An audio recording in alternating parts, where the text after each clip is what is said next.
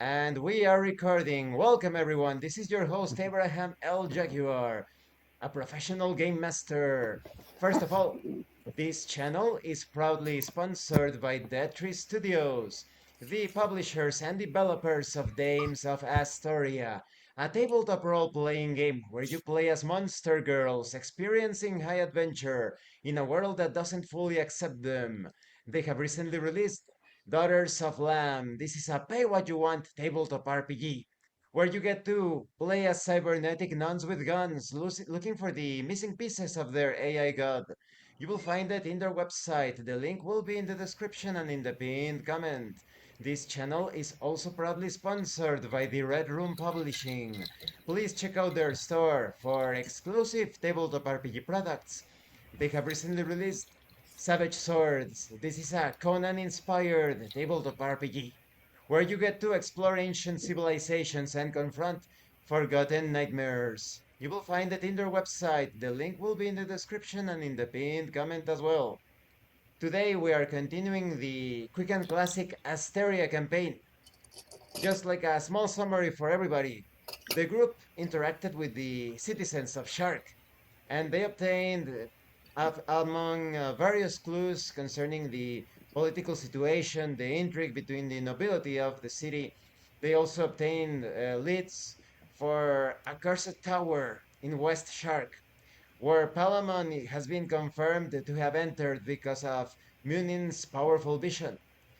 But they also obtained a lead about a house that is supposed to be haunted far in the south, and Palamon was asking about that house. And as usual, we have our great adventurers here, starting with Sam, a veteran of my games. Welcome, Sam, and tell me, what do you think about the political intrigue that is going on within the city of Shark? Thanks for having me here. It's my pleasure to play in this very interesting game and the fantastic team we have. Yes, so definitely there's some politics going on in this city in Shark between west and the east, perhaps, but definitely there's something going on into the western part of Shark with the nobles and the whole situation that has been running over the past weeks or months. This is definitely something we need to uncover more and identify what is actually going on behind the veil. It's like Western Shark has its own set of problems and dangers, definitely. And we have Dave, the author of Quick and Classic, the system that we are using. Thank you for being here, Dave. And please tell us, what do you think about this cursed tower? Well, thanks for having me. It's nice to be with you, cool guys, as usually. My cat is disturbing as usually as well. Um, well, I like the tower. The tower it cries adventure, and I personally, although the man at arms I'm playing, he's striving to explore it. So I hope that the party democracy passes the vote to go there. Anywhere is going to be adventurous because the setting is so adventurous, and then anywhere is going to be fun. But I really strive to go inside. I expect lots of magic, but there's one thing that Munin said which really makes sense to me, that the tower could be a passage because um, apparently the mysterious figure we're looking for entered the tower, but nobody saw him exit. So the idea that the tower is a passage, maybe to the mysterious south town in the south, is really intriguing to me, and I would like to find out. There is that possibility. You never know, and there is certainly high magic because the tower is very mysterious in itself. And we also have Giovanni. Welcome, Giovanni. Thank you for being here. And I wanted to ask, what do you think about the so-called haunted mansion in the far south? Thank you for having me. It's a great pleasure to be playing with you guys. Um, I'm not sure what to think about that. I'm very intrigued by the possibility that these two places are somehow connected. We do know that Palamon, who we're looking for, was interested in both. So definitely there's a connection there. Um, and I wonder if that connection is ultimately only something that is unrelated to us, or if Palamon is also somehow exploring things that are connected to what our ultimate goal is, which is to figure out what the heck is going on with the Bell, with the Hornet clan, with the king, right? So those are all things that I'm eager to find out. Hmm. There are still many things to unravel, definitely. And Derek, thank you for being here. Derek is the author of Forgotten Fate. If you like Dungeons and Dragons 5e and you like JRPGs, definitely check it out. Now, Derek, what do you think about Palamon's purpose in Shark? Why did he come here in the first place? Do you have like any conjectures or ideas about that?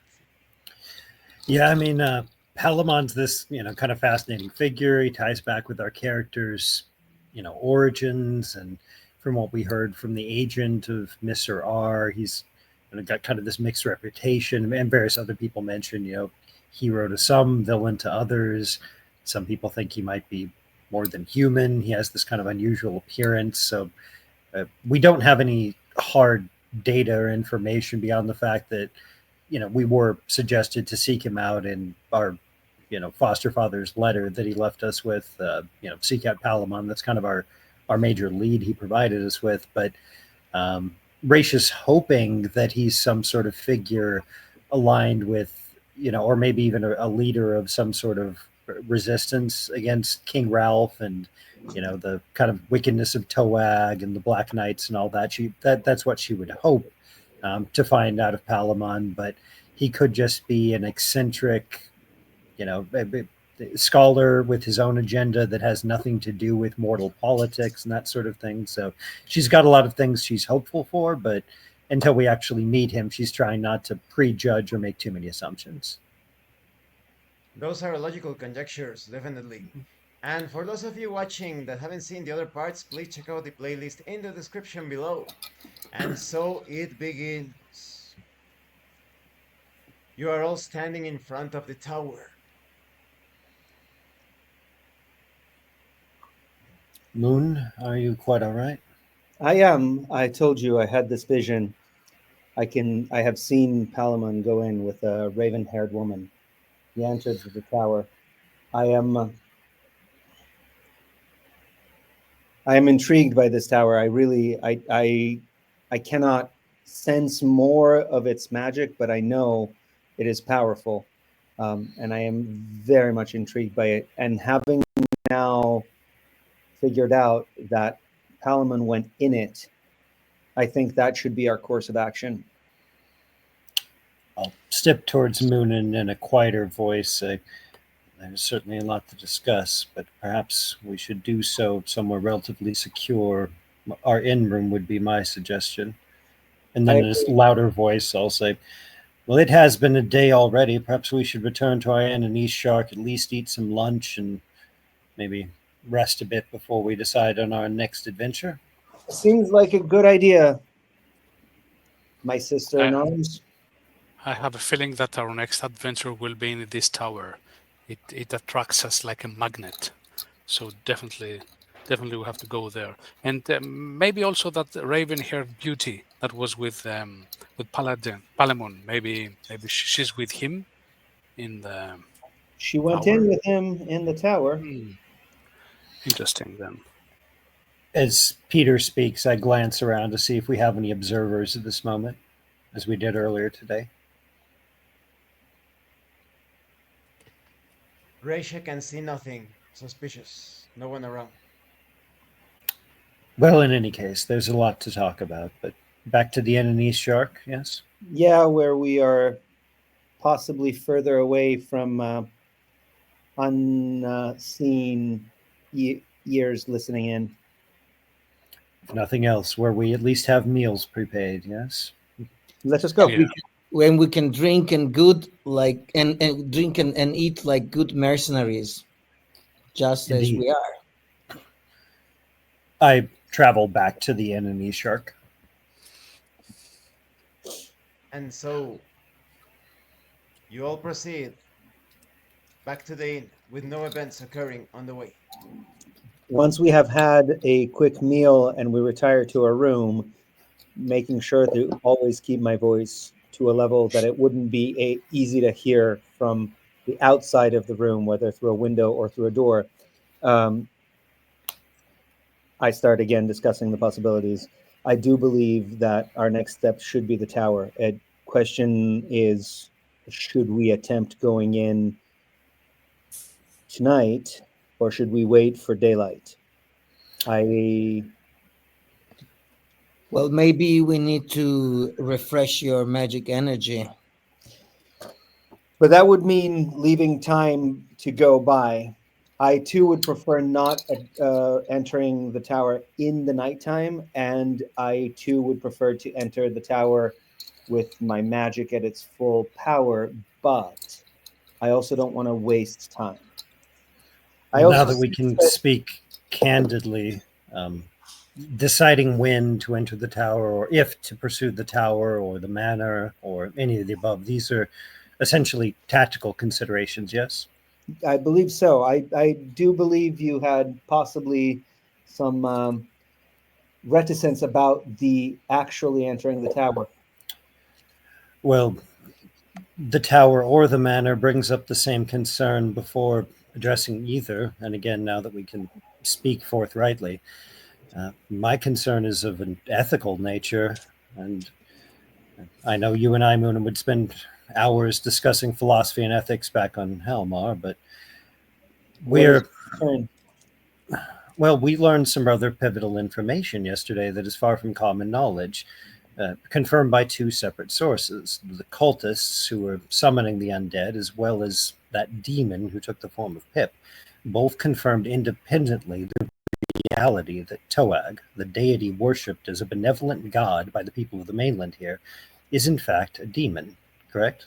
Correct, and that surprises me not, given that the Hornet Clan and the Black Knights, who are the maintainers of the good order, are clearly demonic in nature. We have fled them and lost a brother and our parents to them. Um, Absolutely. so yes, to So your me, mind is going where I am then, where there is a connection between this demonic god Toag, the King Ralph, and the Black Knights, all of them in some sort of a web of malignant conspiracy, yes? absolutely. To me and to my conscience, that is the one thing we should try to get to the bottom of. But ultimately, I don't see a way to do that without Palamon or without gaining more information. And Palamon seems to be the key to that information right now. Are we not agreed My in that sense? What else would you suggest? Well, this information is valuable, and it has gone from conjecture and evidence, as you mentioned back on Halmar, to something I think we can safely say is fact.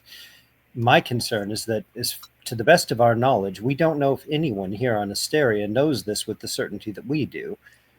There may be rebel factions who are aware of the same things we are. Palamon may be aware of it. Mr. R may even be aware of these same facts, since his agent was freely mentioning that his loyalty lies with the people of Shark and not with King Ralph.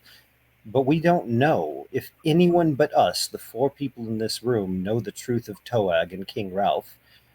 So my main concern is we cannot do anything until we've secured this information with someone we can trust. If we do anything to risk our lives, the information dies with us. So my concern is who finding people we can trust, imparting the information to them. I'm willing to take risks, but not if it means the death of this valued information before it's passed on to parties we can trust. Someone has to be in place to carry on our legacy if we perish. I Can have I say something? yes, Of Odo, please. course. I Since my helm is removed, I scratch some of the scars on my face. I understand you have ethics to care about, Raisha and also Munin, and I do respect that. But Let's not forget, it seems to be a game of demons. There are demons fighting demons. There's that Pete gnome, which is in fact is a demon. Quite right. So I don't really know first who we can trust.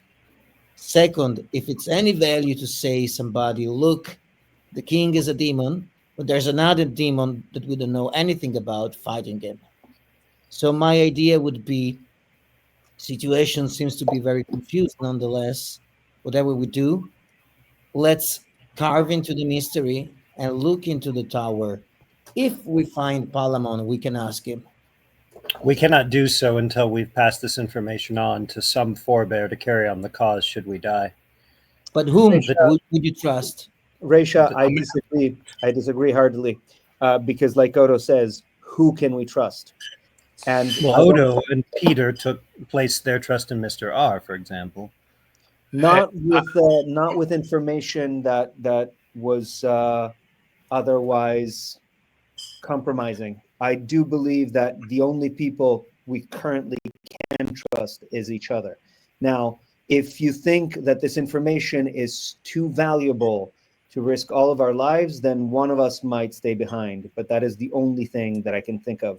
And I would rather not, because we are much stronger together than we are separated. I think it's a risk we must take. I But Moon believe, and everything is a risk, and so is trust. I We could die in a understand, tower, but trust is a risk I'm more interested in taking. We need allies. but the only Exactly. Exactly. I think this is exactly the point I wanted to make. It's not about trust at the moment. I don't think we can trust anyone, the Toag or the Black Knights or people. I think we as a family we can trust each other. That's a beginning, but we need allies. And I think the only way Yes. to find allies is to go into an adventure, try to find Palamon. Maybe he's an ally for us based on what we have from our family. I I mean, agree he there. did bring us My together. He's issue the one is who that, delivered us to our parents. yes, my concern is Yes. that either the tower or the manor to the south are imperiling us. If we have not shared our information with anyone we can trust to carry on the cause after we perish, we are acting selfishly. That is unethical. And I think that if we leave our information with anybody and we are not sure that that information is secure, then we are putting them in peril, which is unethical, if they are not on the wrong side. And if they are on the wrong side, then we are securing our death, which is We unethical. are going to have to imperil people. If they're going to be involved in the same struggle as we are, they have to be in danger. I On that, I disagree. agree with Reisha. We cannot save everybody. We cannot Or save everybody, but giving information that could be deadly to somebody, could be deadly for us if we misjudge, or could be deadly for them if they fall into the wrong hands, when they cannot guarantee that this information. in that I agree with you. I think we need to find Palamon. I don't think we can trust anybody with the information we have. And we have to believe that if we perish, somebody else will have similar information. We have to believe that if there is a faction that is fighting against the Mad King, then that they will be able to do so without our help. Why would we believe that, Muna? Why would we not be the ones to form such a faction?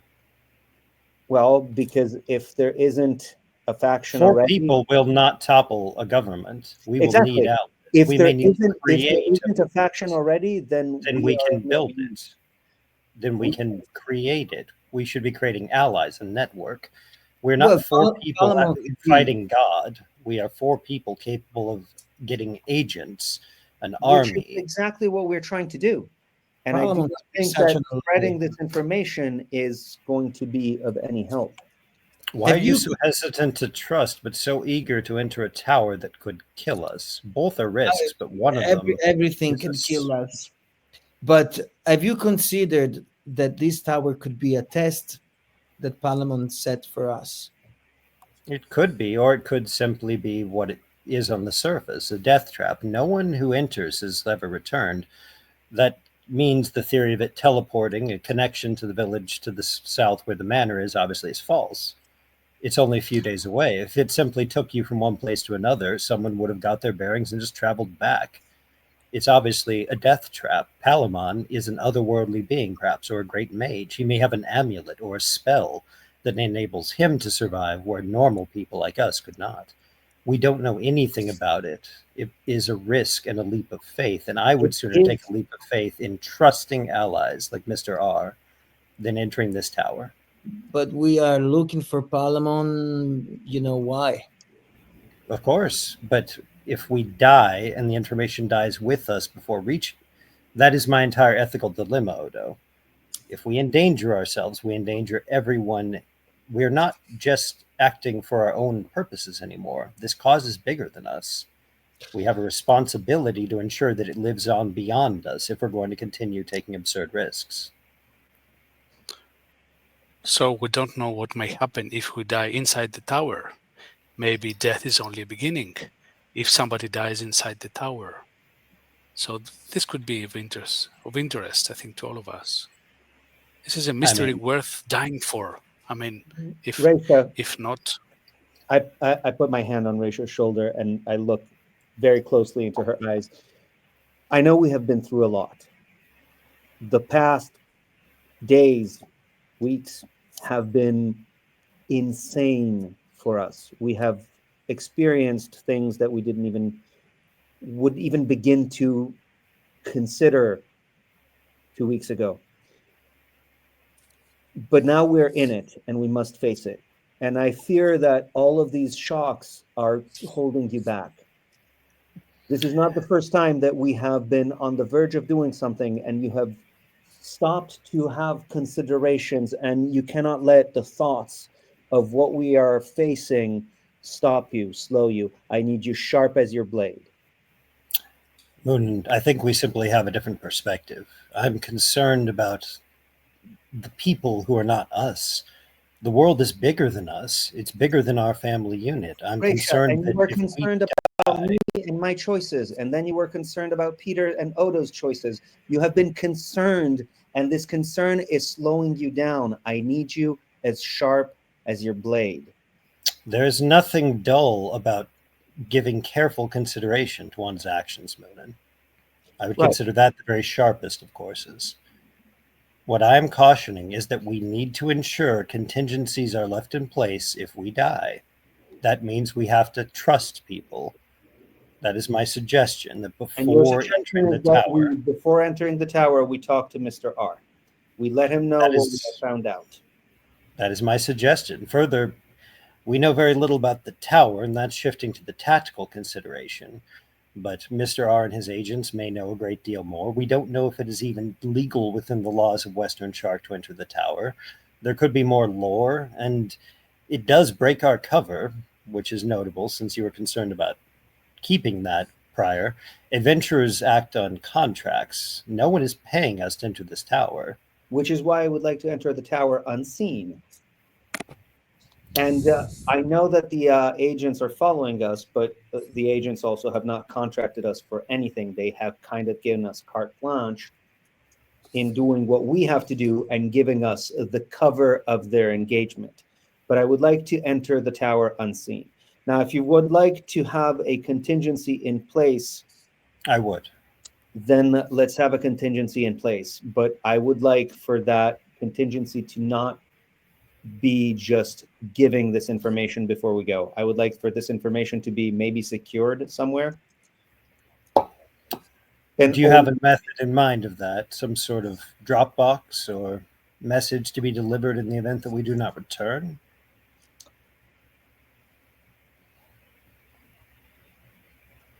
Because I do not. I'm maybe able to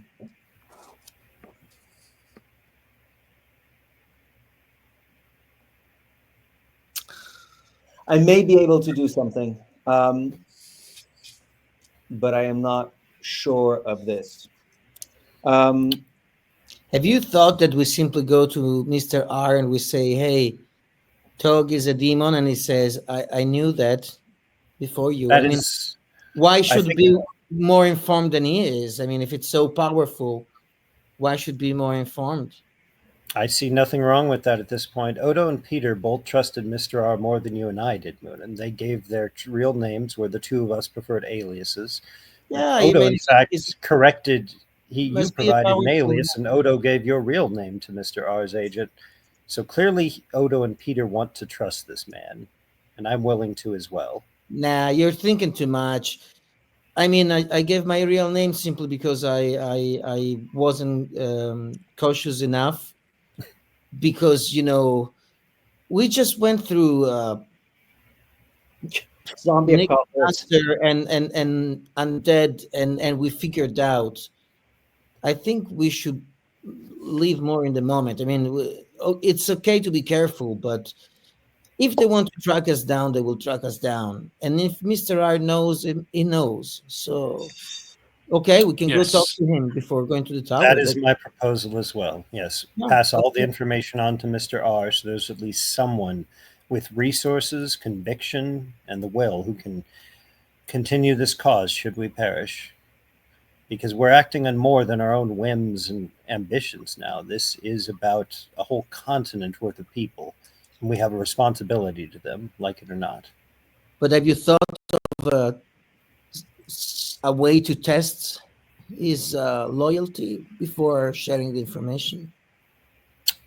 I'm more ready to trust him than I am to, say, enter a tower reputed to kill everyone who walks into it. Trust is a risk, but so is everything we've done for the past 48 hours. Everything he's indicated shows Mr. R cares more about the people of Eastern Shark than his fellow nobles. That indicates at least some degree of empathy, if not altruism. That he sides with the people of Shark over King Ralph, which may not make him a full blown rebel, but at least someone who has a like minded goal there. We're not going to get a better ally. He has resources, he has Right. connections. Let's talk to him. With some luck, we can get maybe some valuable information for the tower or for any other thing. So yeah, let's give it a try. And then from there, Yeah. Moonin, I'm fine with walking into the jaws of death in this tower of yours, but at least I'll know I've done everything I can to secure that the people we leave behind after we engage in this perhaps foolhardy adventure, they have some hope, that we have not selfishly robbed them of their future. I propose that if this is what you guys want to do, two of us go talk to Mr. R or to his agents, and two of us stay behind in case this move turns to be disastrous. You're more cautious to interact with people than to walk into crypts and I am, and I'll labyrinths. tell you why. The into crypts, the dangers might be unknown, but they are clear. Somebody who is in power and has power in a city as Shark is clearly more devious, it's clearly more sighted, it's clearly harder to read. I am not saying that this is not the right course of action, but I am also not sure that this would be less deadly than entering a cursed tower. Besides, we saved the town by jumping into the crypts, not by trusting or speaking to anyone. And Okay. I'll have you note that if we hadn't jumped into the crypts, the town Eastern Shark would not have been saved. Clearly, the man has powerful agents. They had done nothing. Had they gone down into tracking the killers, Yeah. he might care somewhat for the people of Eastern Shark, but he doesn't care enough to spend his resources in anything but securing his own power. He might be a more sympathetic to the people of the town and the country and the world than the other nobles of Western Shark, but he's still a man of power, and I trust him not. So I say, sure, you go and talk to him with Oda at your side, so that if something happens, you might have the strength of two swords, while Peter and I can stay behind. And if you do not come back quickly, we will try and come rescue you, and then continue with this mission that I agree with you is too important to risk. Are you comfortable with that proposal, Odo? I am. Odo? Odo? Sure, I'll be at your side. Peter, are you also likewise Is your preference to wait behind here or Yes, come to the meeting with we, Mr. R? we wait behind and cover your back just in case something goes terribly wrong. We will be there with Munin to come and rescue you. To clarify, Moonin's proposal was that he is not attending any such meeting. Right. We'll stay behind and try and come save you if you guys don't come back. As close as possible. Yeah. Very good. And I might remind all of us that while journeying into that crypt, seeking out the bell, those are adventures. If King Ralph himself is ultimately the source of all this, that is regicide, that is revolution. Adventurers may accomplish the former, but the latter is done by armies, collective individuals. It will not be the four of us accomplishing this alone. No, that's why we're trying to seek out Palamon. It will not be the five of us either. But you We'll don't need know him. far more. So, Seems to be Rachel, the guy. remember that Palamon delivered us to our parents. And from what we understand, Palamon delivered us to our parents so that our parents could train us. And I am sure that we are not the only ones. I'm not seeking out Palamon for him to be the fifth in a group of adventurers. I'm seeking out Palamon because he has information, because he might have connections. Because as you say, if there is an army of rebels, he probably has contact into it. Maybe our role in this will be to deliver the bell onto him, and that will be it. I do not know. But I know that we can't do it alone, and I know that he is the path forward, or so I firmly believe. Odo, shall we? Let's go. So, Odo and Risha step back into the streets. Odo, remember, he gave us a means to contact his agents was to simply whistle powerfully. You have a fine set of lungs if you'd care to do the honors. We may need to do so periodically until one of his agents finds us, but if they're surveilling us as Moonin suspects, and as we've observed, it shouldn't take too many tries. Would you care to give a whistle? Yeah, I don't whistle very well though, but I can try. Well, they did give the alternative of simply shouting agent, but I'd prefer to avoid that if possible. So Raisha Yeah. will whistle it as loud as she can, periodically, while walking through the streets. Risha walks through the streets, not taking action in the present. Raisha whistles as loudly as she can. In a few seconds, a man dressed just like the agents that attended to you in Western Shark approaches Risha and speaks. Can I assist you in any way? Yes, my comrade and I have some rather important information. You are an agent of Mr. R, correct? Yes, I am the eighth agent. Speak. Eighth, eighth agent. This is profoundly volatile information that we have to deliver, but I'm taking a leap of faith here, and I believe you, Mr. R, is a man, a good man, at least a like minded one. If I convey certain piece of information to you, the eighth agent, are you in a position to deliver it to Mr. R verbatim, word for word?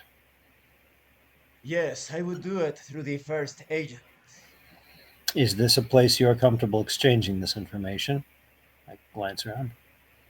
It is secure enough. We have two agents. We can walk into that alleyway over there. Wait. What alleyway?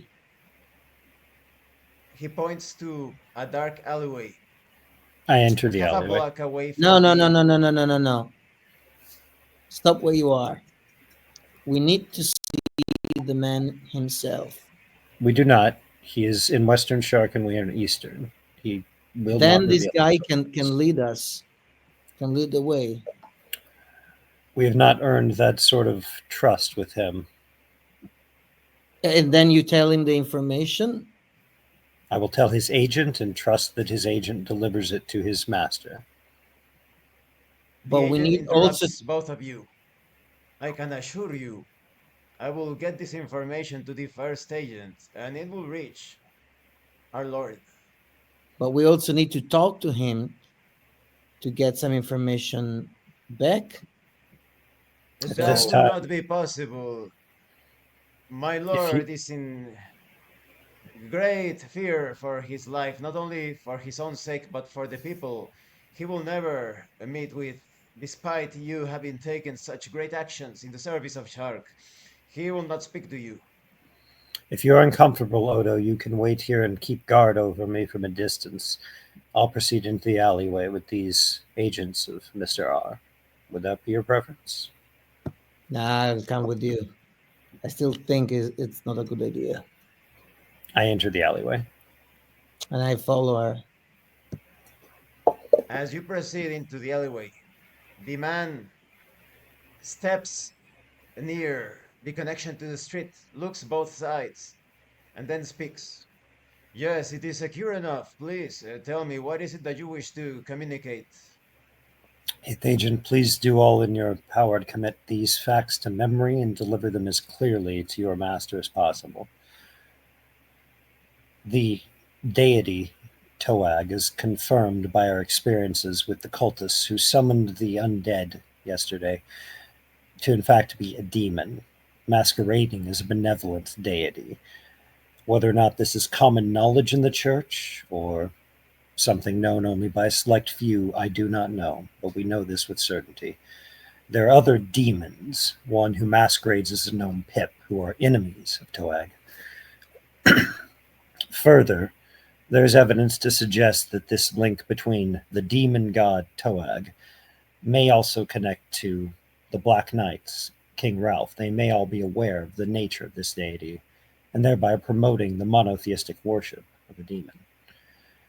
The Hornet clan also, in some way, was part of this conspiracy, this effort. There's a connection between a demon, the Black Knights, the Hornet clan, and our very king. The eyes of the agent grow wide and speaks. These are incredible claims. Do you have any sort of evidence to back this up? It is mostly based on first hand observations, but I'll produce the small bag of bones I recovered from the cultists.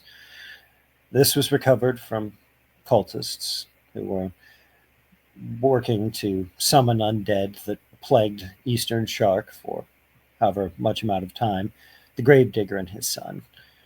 Within that old cemetery, we found effigies of the demon Toag. It was his power they were channeling to conduct all of this evil. It's far At the from very solid least, proof. that has been confirmed. We have sent agents to explore the site, the accursed site you went into, and they have found evidence of demonic workings in there. But we would have never have thought about linking it with Toag. Can I take the bag with me? I think it will It, be it most useful in conveying this information. is yours. We don't know how far this goes. It could be there are people in the church of Toag who believe sincerely that he is the benevolent winged elder figure he presents himself as. Or it could be that everyone is in on the joke except for the populace, but I would be cautious about trusting those within the clergy for obvious reasons. The man looks at the sky and speaks. The sun is almost completely out. Go back to your inn. I will deliver a message in 2 hours. We need at the very least 2 hours to bring this valuable, if not disturbing information to our Lord. One other thing while you're delivering that information, we may or may not survive the day, but we have reason to believe our investigation may take us into the tower in this city. Is it legal to enter the tower or simply foolish to do so?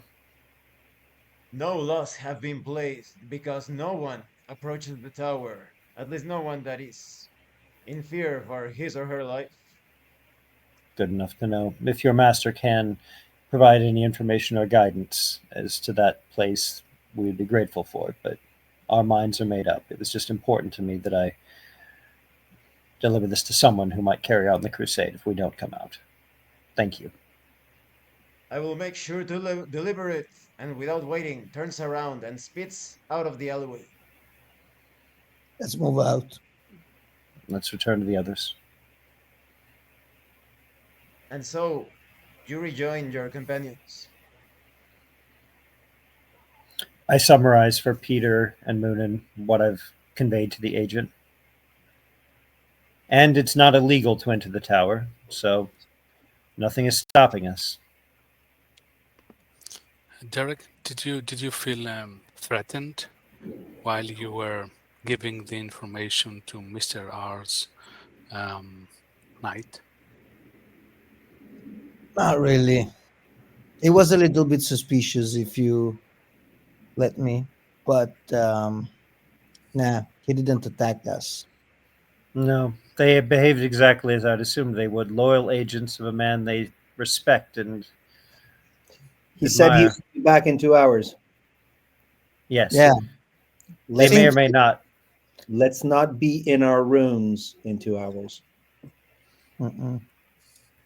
Yes, I think that's a good idea. Let's be somewhere where if they actually show up to deliver a message, we can receive that message. But let's not be sitting ducks in 2 hours. A public place, perhaps. You feel I more would comfortable? say in the vicinity of the inn, but hidden. I would say somewhere where we can see what is happening. But if we are being stormed by the Black Knights, I would rather not be at the inn. Or If you maybe would the like, wrath of Tog.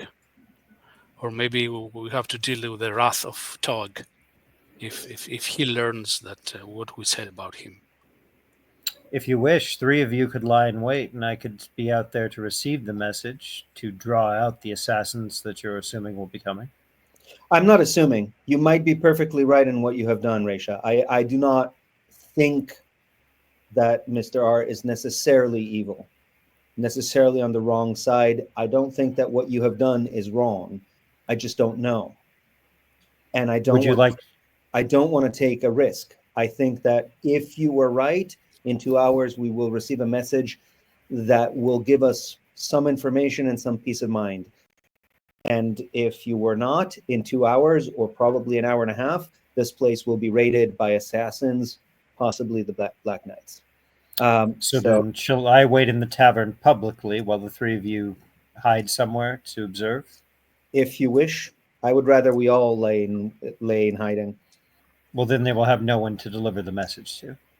But once we see an agent coming to deliver a message, if they're alone, then one of us can go and get them. These are trained professionals in espionage. The idea that we would see them coming before they spotted us is unlikely to me. I'll simply wait in the tavern. I'm comfortable with that. So be it. The rooftop, perhaps, could make a good vantage point, or wherever you so wish. I go to the tavern, pass the time there for the next 2 hours, making small talk with the locals. This girl is too sturdy. I'll be with her. You go with your plan, which seems very wise to me. I I hide call myself in Resha the at the vicinity. I think in Munich we should stay close to Yeah, Resha in case close, she's in close to danger. the inn, but hidden in an alleyway somewhere where we can see the entrance to the inn, Yes. but out of sight. And I do so. I tell people, if you want to come with me, let's go as quickly as possible. I don't want to risk being seen leaving the place and going into hiding. If they said 2 hours, I do not want to wait more than 20 minutes from when we receive the news from Resha to when I go and find a hiding spot. I enter in the tavern, and when I see Resha, I sit with her and I say, "Thought you might need a bodyguard, lady." Much appreciated, brother in steel.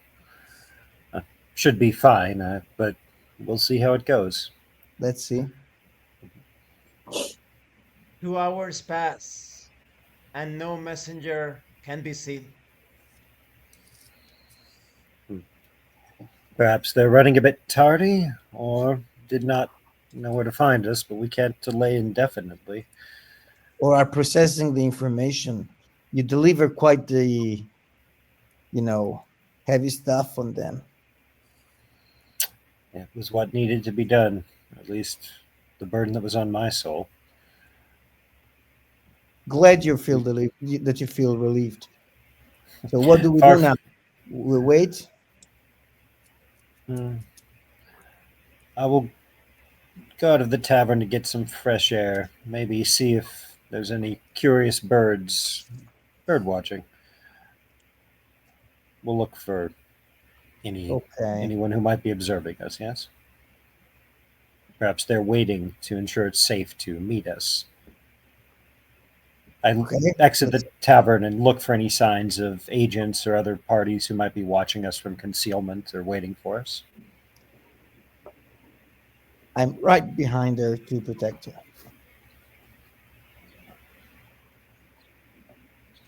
No Munin, I think one. what Raisa did was really risky. I mean, opening up our case to Mr. R, and She has a point. I think it was yeah, dangerous, but now what's done is done. I look yes. around and make sure, like I keep for the time passing, I make sure that I look in every direction to see if I notice anybody approaching, agents So or do I. otherwise. So do I. Yeah. Let's be vigilant. No one can see anyone suspicious or with an appearance associated with any of the agents. But as Otto and Raisha are standing there waiting, they can hear two passers-by, a couple of peasants, speaking louder than usual. One of them says, "So yeah, it's a funny story. You never know what you'd read in those books. In that story, you have these people that were communicated to the Baron that they were actually worshiping a demon." And the other one speaks, "Oh yeah, but what they told the member of that nobility, and what did he do?" And the other one responds, "Well, of course, he wanted no connection with that group anymore. He was very interested in the information and was certainly grateful, but he will have no connection whatsoever. Of course, the people will be allowed to enter certain places they couldn't before, but apart from that, the Lord was going to play as if he never knew what those people were about. After all, imagine in that book, if the tyrants found out that he was in league with such people, it would be very dangerous for him. He would need, his plans would be obstructed." And the other man laughs. "Ah, yes, that makes sense." And they keep on walking. I will call out to them and say, "Gentlemen, did you not read the sequel to that book?" The sequel, there is no sequel, and they turn around and continue I say, walking. "It was published recently. Only a few copies have made their way into public circulation. In the sequel, the Baron has a change of heart and realizes the responsibility weighing on him. He becomes the hero in the second chapter. It's really quite a twist. I never saw it coming myself, but I'm very glad I read it. It put everything in a different context. You should look it up sometimes." The men snicker and laugh and continue walking towards the south. Well, I've delivered my message, and he's delivered his.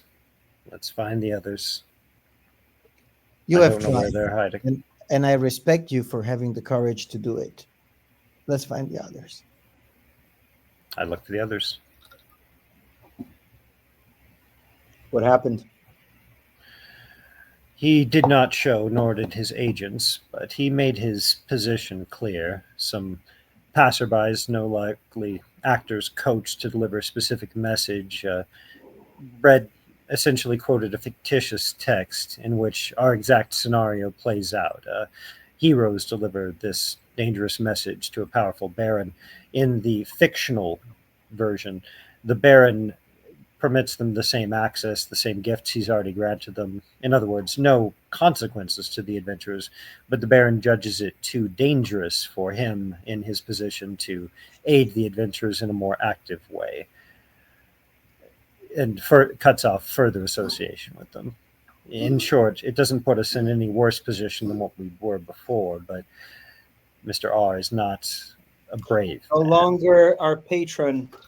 I wonder if the cart is even still there. Not that we were planning on using the cart anytime soon. I have no doubt it is.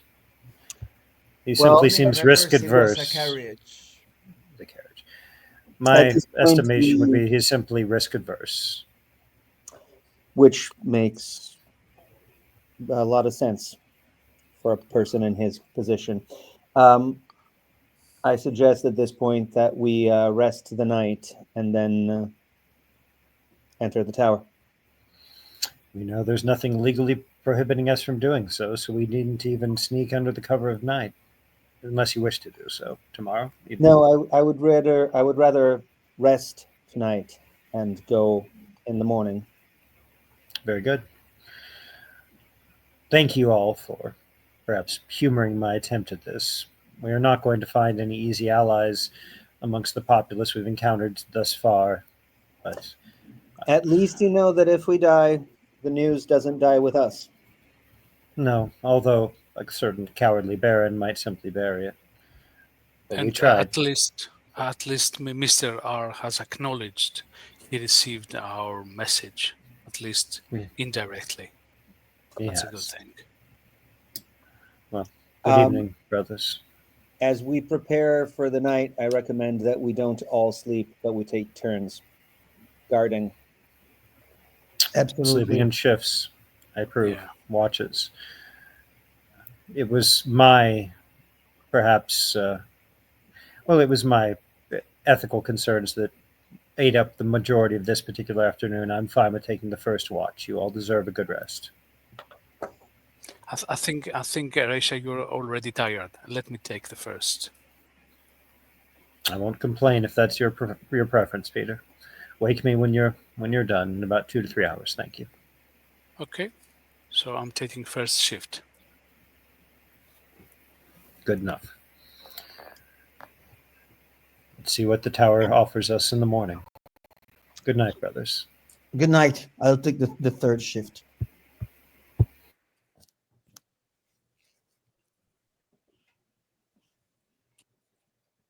The night proceeds, but during Odo's shift, as he was keeping a close eye, he spotted on the window a little boy with a spyglass looking in the direction of the. As soon as the boy spotted Odo, the boy ran very quickly into the darkness.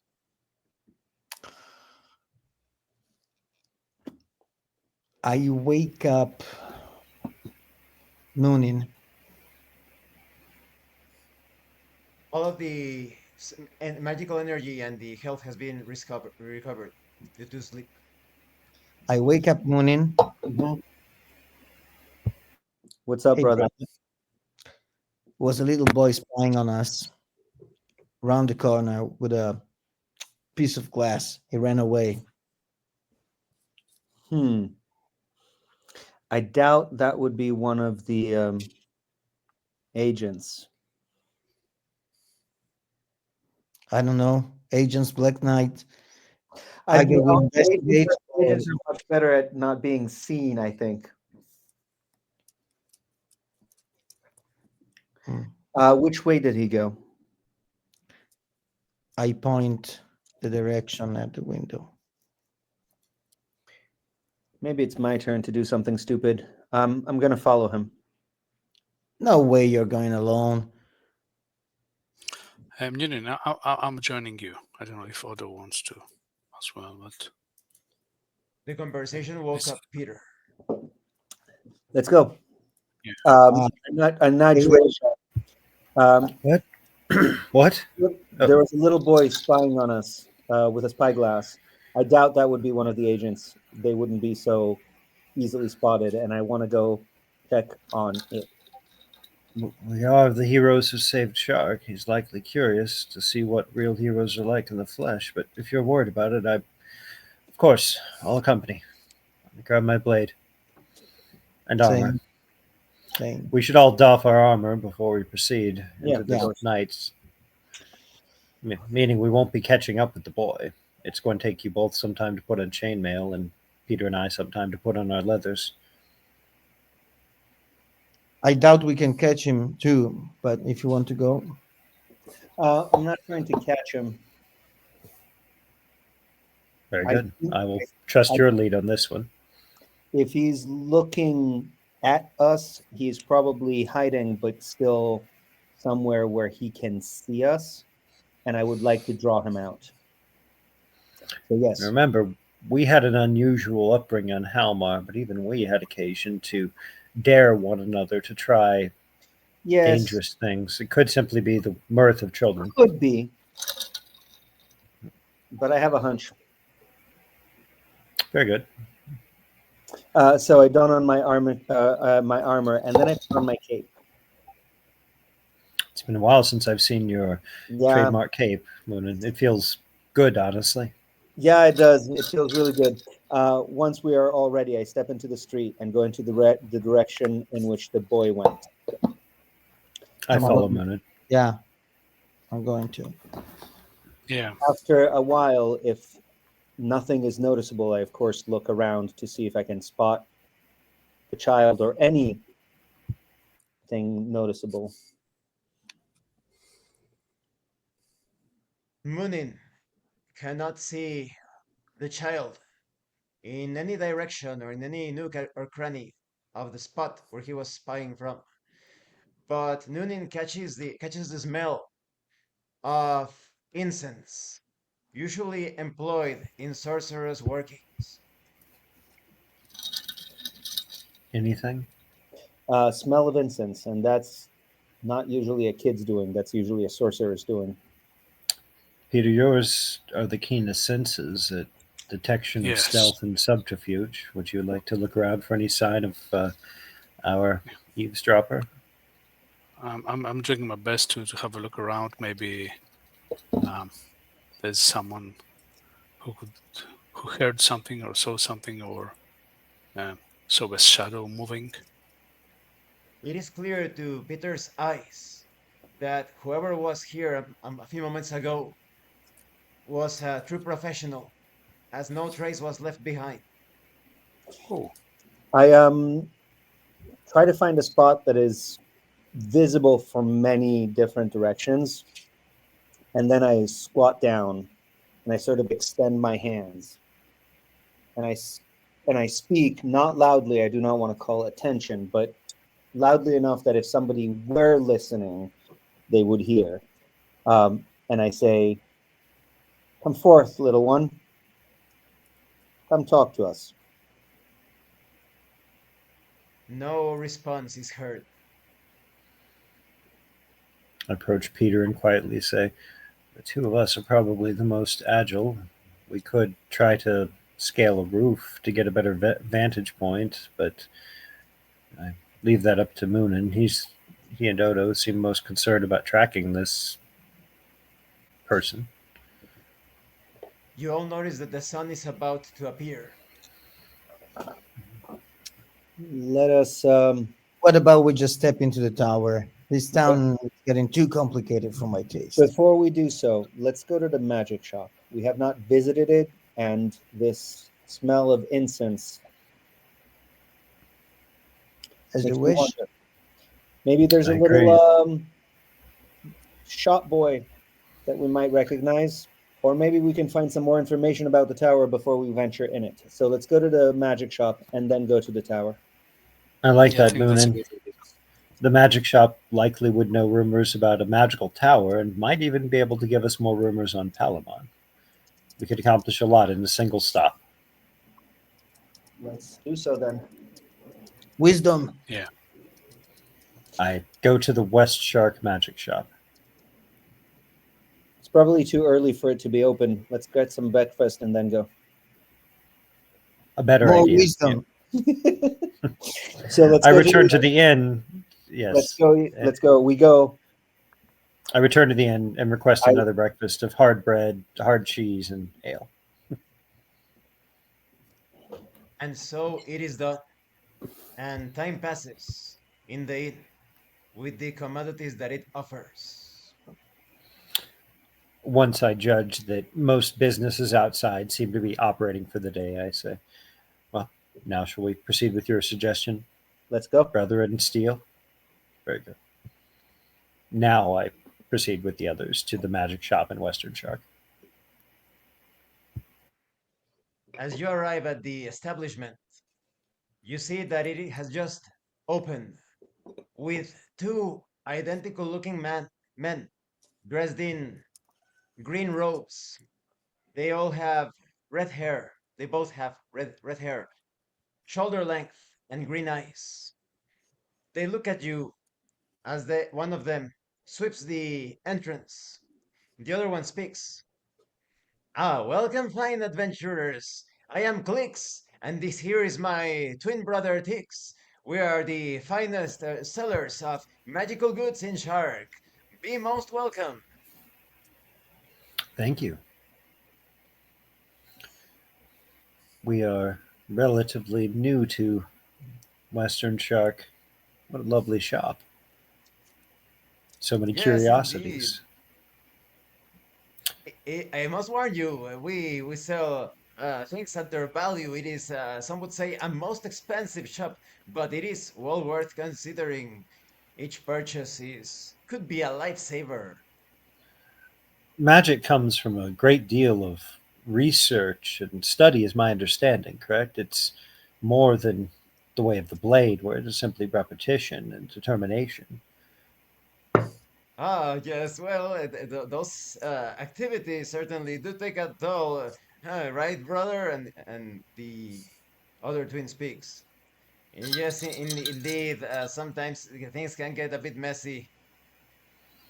Are either of you, or perhaps others associated with your shop, familiar with one of the city's infamous landmarks, the tower? You know the one I speak of, the one from which no one returns, yes? Clicks speaks. Oh, yes, it is that place. We went there once just to carry out some research on the part of the for the sake of curiosity, and we didn't like the energy that came from there. It wasn't particularly evil, but it felt overwhelming. We decided to stay away from that place. What do you mean by that? Forgive me, I'm a layperson to the ways of magic. Could you elaborate a bit? While Raisha talks to the twins, I wander in the shop. I look around, and if I find a section with incense, I smell around to see if I can match the smell I smelled last night. I give just Moonin a small sidelong nod, kind of, you know, aware of what he's doing and playing along. Horatia continues to hear how the energies of the tower are mixed with beneficial and destructive magic, and the twins felt very overwhelmed.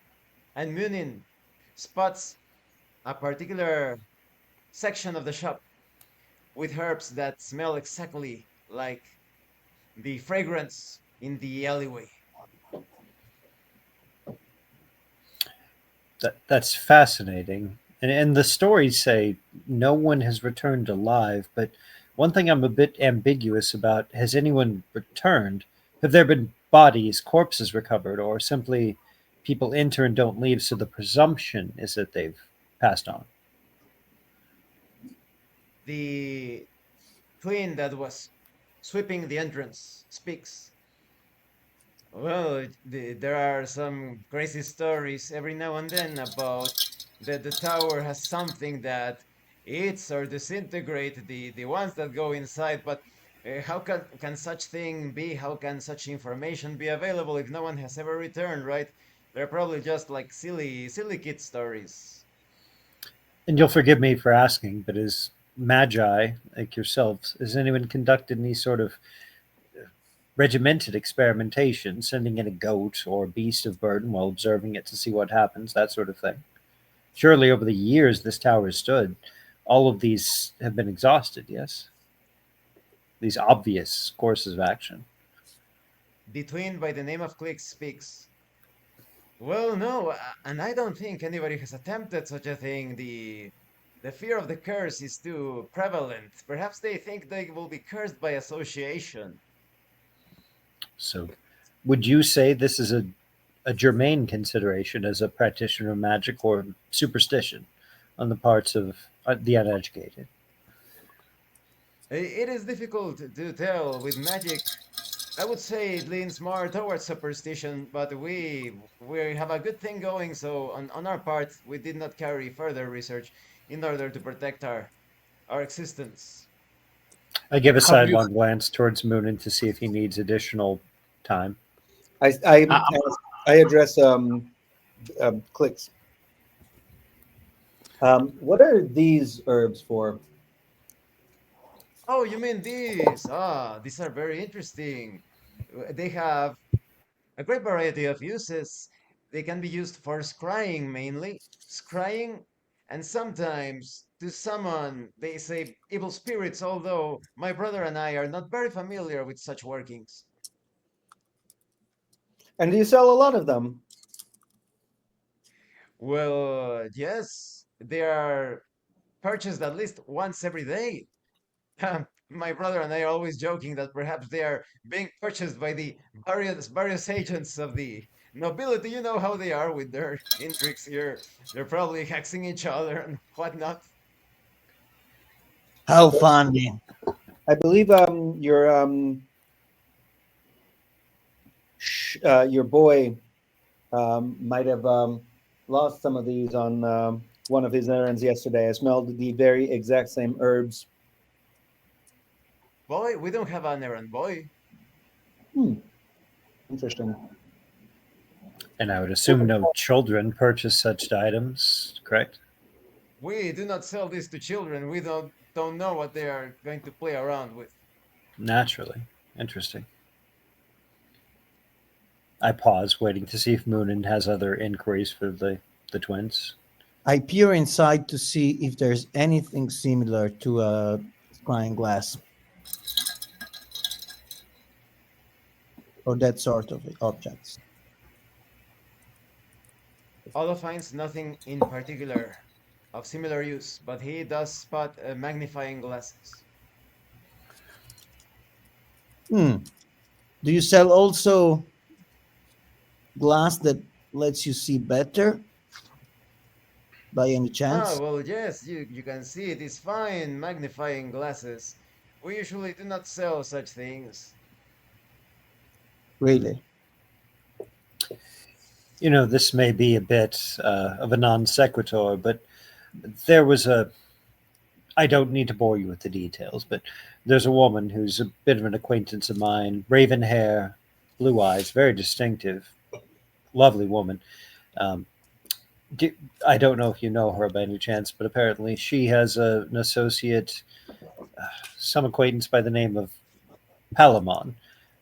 Are, are either of these regulars in your shop by any chance? Clicks, scratches his head, and looks to Tix. His brother speaks. Well, about 4 or 3 days ago, wasn't that 4? His brother speaks. No, it was 5. His brother replies, no, I'm pretty sure it was 4 days ago. A woman of a similar description came in, and she was looking for some very exotic herbs, but we did not have those. She seemed quite flustered, and she headed out. She was in the company of a gentleman with long, honey-colored hair, Hmm. ponytail, and they marched. They actually they actually marched in the direction of the tower. Did the gentleman have different colored eyes by any chance? We didn't get a good look at him. He was standing outside. She was the only one who came in. That's It, fine. The you know, herbs. it kind of gave me the impression that he was like keeping watch. Very weird. Very chivalrous of him, perhaps, but the herbs she was looking for. Again, she is a bit of an acquaintance. Perhaps I can track them down for her. Can you describe them and their purpose? We do not exactly remember the name. What was it, brother? And the other twin responds, wasn't it Chimera's sweat? Yes, there is a herb, but only in myth and legend. But it allows you to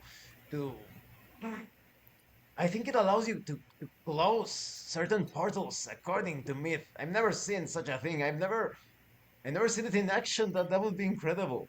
To close certain port. Again, I apologize. I am a layperson. What does that mean in terms I, as a simple swordswoman, would understand? Well, nothing too major, but wizards, summoners, those that carry out evocations, they are supposed to create a hole between dimensions. But despite that, that herb isn't like very powerful. It should have been something somewhat minor. Do you know of anywhere else in Western Shock or even Eastern where this might be something I could acquire on her behalf? The alchemist, the herbalist, anywhere? No, Chimera's those are sweat. the herbs of great magic. Not even the alchemists in this city would have them. It is for operations of. We are talking things that only wizards of the high courts would delve into. A Um, shame. Speaking Uh, of things that are much more closer to us lay magic users, do you have any herbs that are useful for protection? Let's see. The twin by the name of Clicks walks into the store, and after looking around in a corner next to a scroll shelf, he produces a pouch. We only have one of these left. We are actually selling it for 20 florins. In case of danger, you can throw it around, and it creates a time slowing effect upon your enemies. As long as you chant the words, protect us, not them.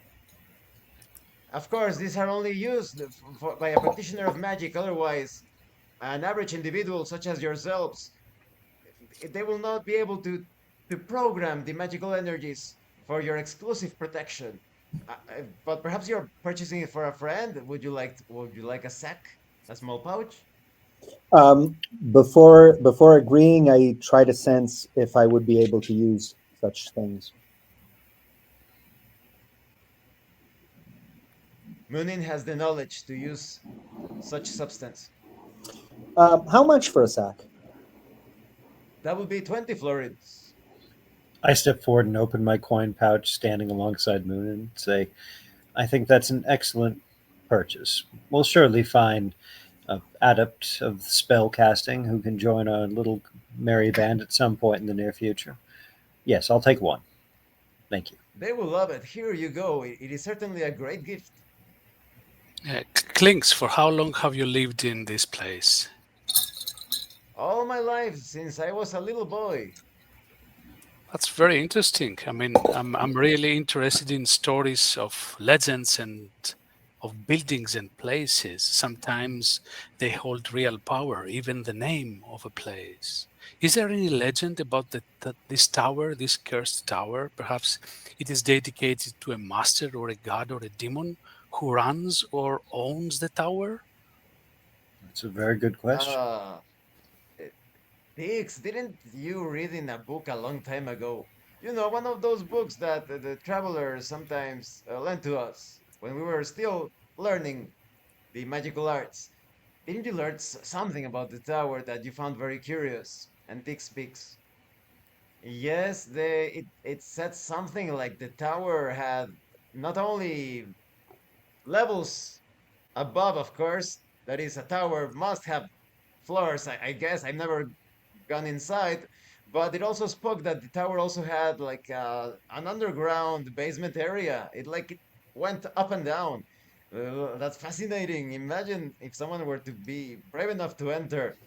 Oh, don't be silly, brother. They would surely be killed by the curse. That would be crazy. So you do believe to a curse, huh? I mean, I mean, is there something like a powder or a herb or a talisman or even an object to protect potential adventurers?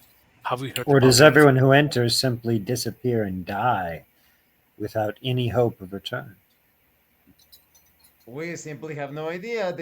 There have been rumors and talks of people watching other people going inside and never going out. It's very difficult to separate what is fact from superstition. As some people look at the tower and then they die from a disease and they say it's the curse of the tower. So it's very difficult to look through the fear caused by that superstition and see what is actually factual. As a non magus myself, I can say from reading an old whimsical book, which I believe was aimed at children, there were stories of the village where villagers would one by one walk off a cliff and none of them ever return, and that was how mankind learned not to fall off of tall objects. It could be as simple as that, that this is death, and the message they are sending to teach future generations is not to foolishly throw your life away. It could be, but funny enough, there are also stories that say that the tower holds great magical secrets and treasures, and some even say that it is connected to the origin of Shark itself. Why don't you know? They say that the tower was before Shark was ever built. Do you think it a mean spirited prank of sorts, or a trap from some maleficent entity? After all, the lure of there is treasure, there is something to be gained here, combined with annihilation, is obviously a mean spirited, cruel prank of sorts. It's very difficult to say because, like I said, the rumors are always not very trustworthy and they come from all sorts of sources. So you really can't tell what is actually true, false, what is deceit. It's a very murky business. We have enough trouble dealing with the magical shop. I'm satisfied with our purchases here, unless anyone else has anything else they would like to peruse or any questions for the good twins.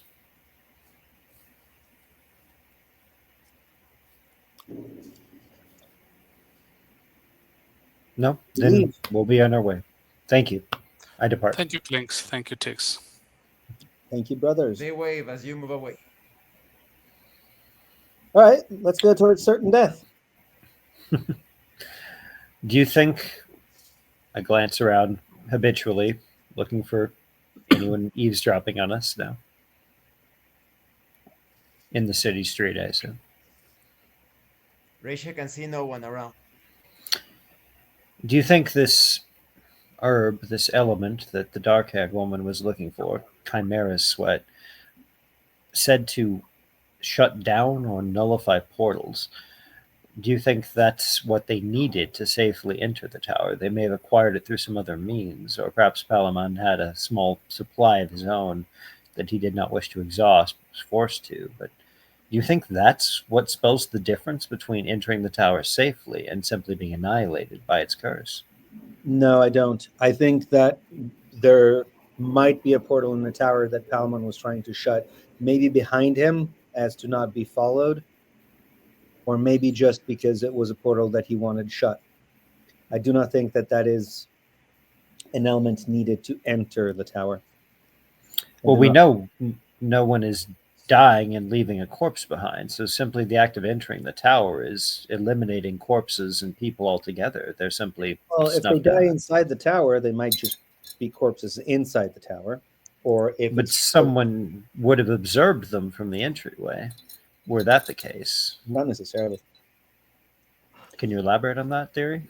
Well, if the door is closed, then there's nothing to observe until you go in. And if all the people who go in either die there or are transported somewhere else, then there's nothing to know.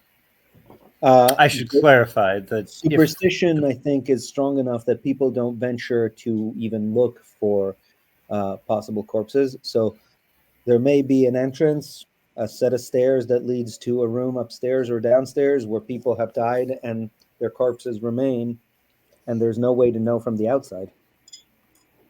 it's possible, I suppose. I'm just curious that even those people who are practitioners of the magic arts don't seem to know any more than the common folk. they also view it with dread as a cursed place, meaning it is not just old wives' tales and superstitions. Even the Oh, it is learned. Or powerfully. they didn't want to tell us. It is powerfully magic, that I can confirm. In the same way that the twins were saying, it is of mixed magic. It is of benevolent and malevolent magic at the same time. So the fact that it is truly a powerfully magical site, I have no doubt. But you seem profoundly intrigued to enter, so be it. We shall do so. I am, partly because it's such a powerfully charged site for magic, and partly because we know Palamon is in there or went in there, and we need to find him. If that So is your judgment, then I'll trust your lead on this one. You are I'm the one wondering. magus amongst us. I'm wondering who was scrying on us, who the little child was, why he had access to magic, and how that came about. I am hoping to find out that that was actually somebody who Palamon sent, but I There are have many questions. As we've seen from Pip, not everyone is what they appear to be. Perhaps it was not even a child. very possible. And I think we're not going to get any other answers until we step into the tower. So I think it's time to step into the tower. Lead the way to the tower, then. Yeah. I lead the way to the tower. I follow. You stand in front of the entrance of the tower. The wooden door faces the east. The door is closed, but it doesn't display any sort of lock. There is a single simple metal handle. I look around to make sure that we are not being observed.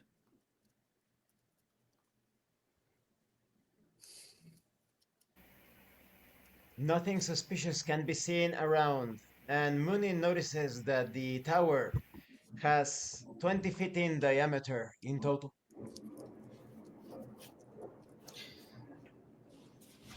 Shall we? Yeah, I push Yes. the door open or The pull. door swings inside, revealing a room around the same diameter, 40 feet. The west end of the room has a fireplace in appearance, as it is unlike any other that you have seen or read about or seen in illustrations in books. It is a large fireplace, almost as big as a man. The ceiling of this room is 15 feet high. The fireplace doesn't have a structure or compartment that connects it to the ceiling running along the wall. And inside of the fireplace, there are only two tubes of metal side by side of a copper like appearance. The top of the fireplace has a single rhomboid shaped indentation. And in the north section of this room, there are ascending stone steps. In the south section, descending spiral stone steps, both staircases, one that goes up on the north, one that goes down on the south. They are both spiral staircases of stone steps. And you realize that despite being due to the fact that the tower has no windows, the inside gets particularly dark as you look further in. I use my tinderbox to light a torch, and I hand it to Peter. I say, Peter, you are the most adept at finding mechanical traps. Moonin, you are the only amongst us who can detect magical perils. Before any of us set foot in here, I'd like you both to confirm that it's safe to do so. Maybe it's time we light the torch before we move. Yes, definitely. Yeah. You may have this torch, Peter. I hold the Okay. torch out to him once again, the lit torch. I Do focus you? my energy and try to see if I can sense any magical perils, anything that could be a magical trap of sorts. The energy of the tower is so overwhelming, coming from all sides, that Munin is overtaken by a cacophony of mixed energies. He feels almost completely incapable of distinguishing from the various energies and sources. Sister brothers, I am not sure. I can't really make out what is good and what is bad in here. There's too much magical energy. I think I'm going to fire the fireplace. Wait, I'll use the torch to bring maybe light, maybe for the first time in this tower. wait, Peter. Before you do so, let's examine the fireplace. I want to examine the metal tubes, the rhomboid shape. I want to take a look before I touch anything. I want to look and try to focus try to sense any magic coming from the fireplace specifically. Okay, that's a good idea. As he does, I unsheath my sword. Munin communicates this to Peter, but does not take action. No, and I go and do so. I walk to the fireplace, look around, try to Peter sense. did. As Munin approaches the fireplace, illuminated by Peter's torch, he notices a black stone bracelet shattered on the ground near the fireplace, and he recognizes symbols engraved on that stone bracelet as symbols of the powers of nature.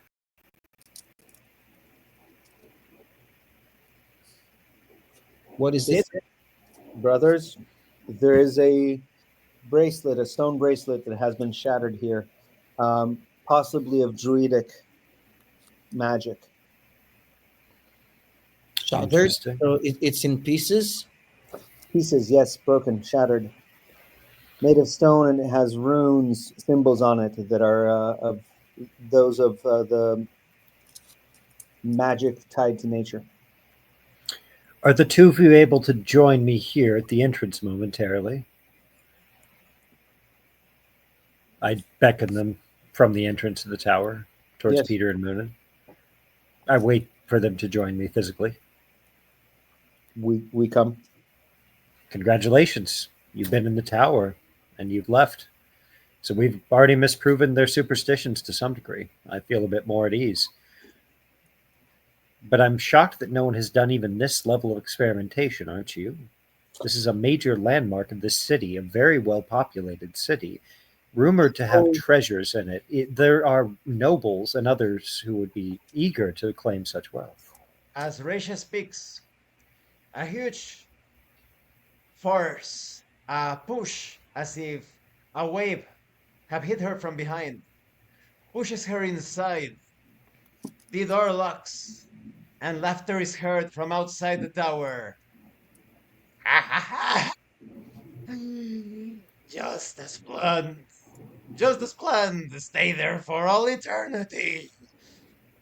Munin can sense the tower vibrating for a moment, and through his magical senses is almost blinded by a prevalence of red energy. And from above, the sound of a man yelling in pain is heard. Ah! And from below, the moaning of various voices.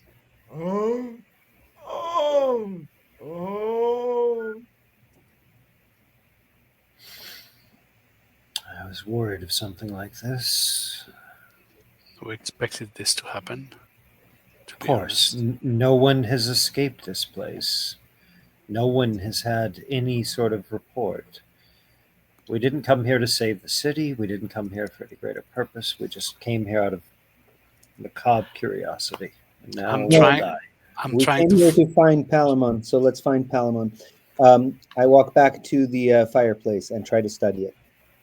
And I'm trying to power it up with a torch. because obviously we have no light other than the torch, and if it goes off, I keep my eye at anything that would come at us.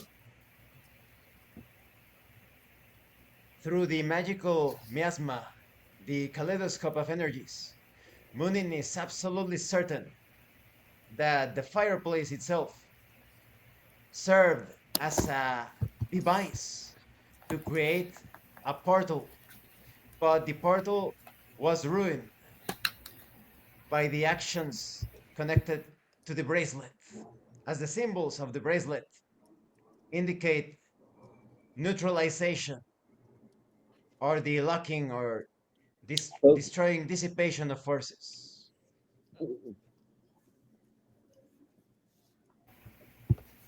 Do you have any insights into what we're dealing with here? there was a portal. The portal was in somehow fueled by the fireplace, but it has been disrupted.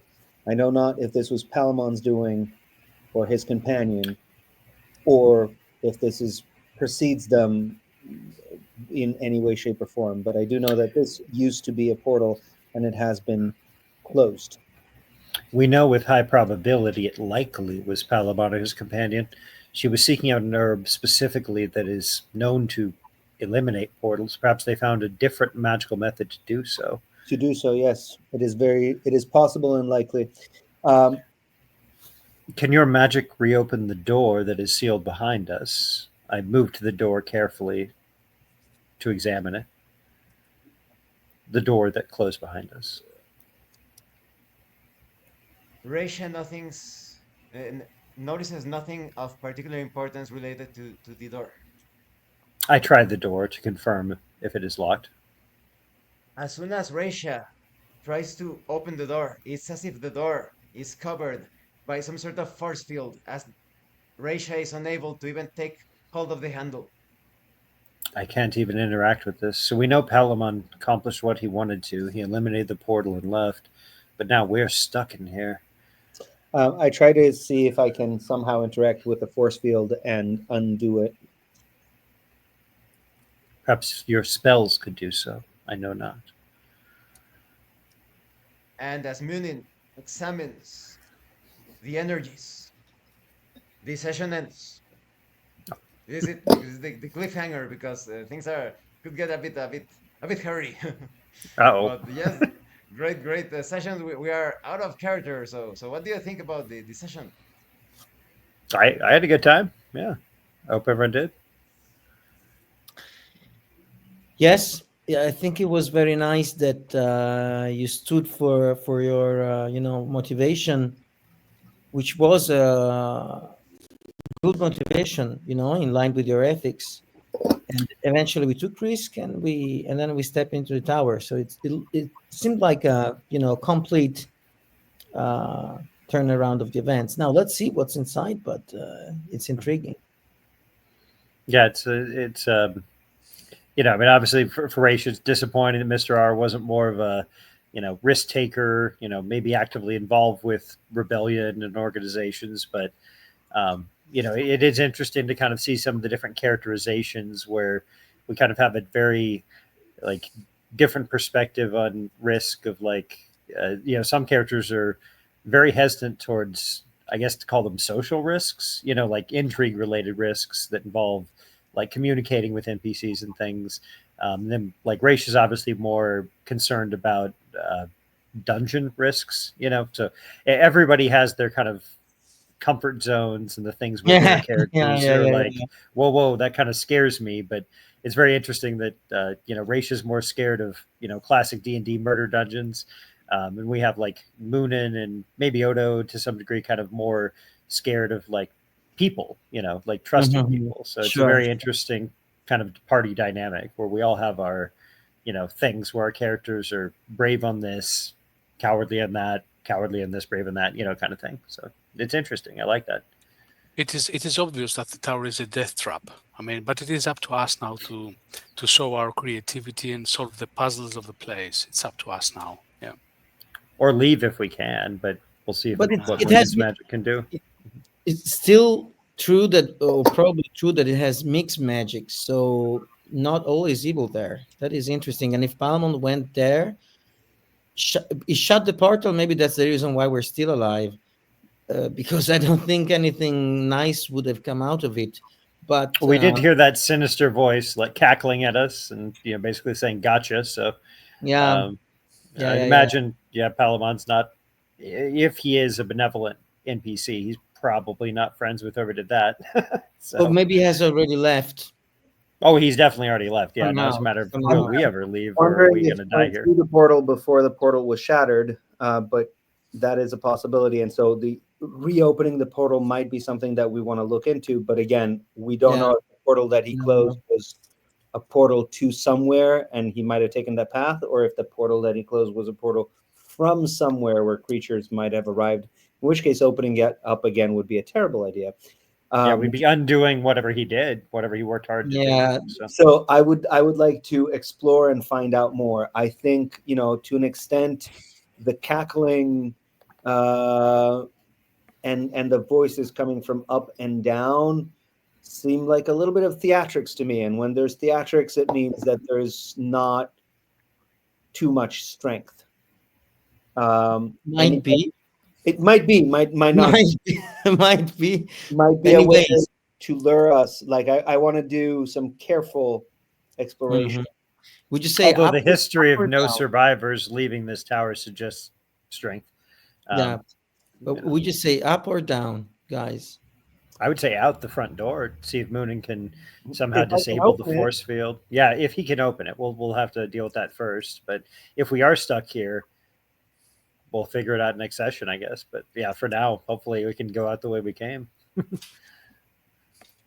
I also found it very interesting that, for example, a lot of people usually don't like these like Dungeons and Dragons sorts of adventures because they say, "Oh no, there's never like intrigue. You just go into a dungeon, go back to the town, rest, recover, go back into the dungeon, rest and recover."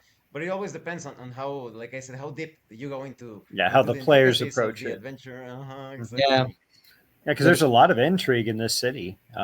Definitely, just some players might, never talk to the NPCs or try to engage with them, and others, and they might just approach it like an old school D&D dungeon, and others might and kind of approach it like a real world where, these are real people and with real concerns, and then you do get some intrigue. So yeah, it really probably depends on the group. yeah. But the Uh-huh, tower because has there. the tower Go ahead.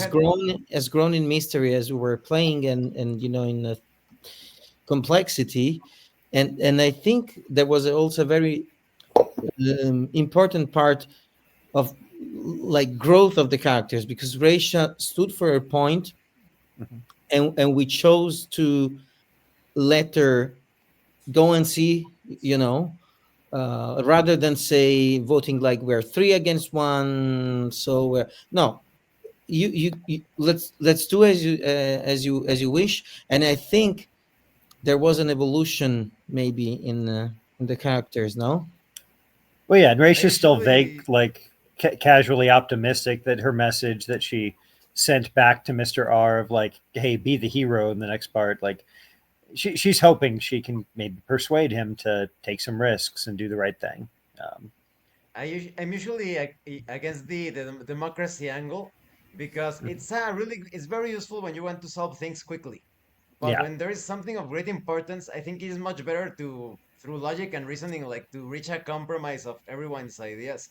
Because yeah. If it's like a simple thing, like do we want to get lunch first or hit the armory? Like a vote is yeah. fine, but yeah, with really major character things like you know social things or ringing a magic bell or anything like that, like yeah, it's not just a democracy, it's about like individual convictions, and it's more than just like click yes or no.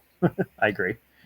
Because right now you don't know if it was like completely good or completely bad to reveal that information to Hmm. Mr. R, because maybe Mr. R is actually committed and he's like keeping the law and don't talk to me well, so don't get grab attention.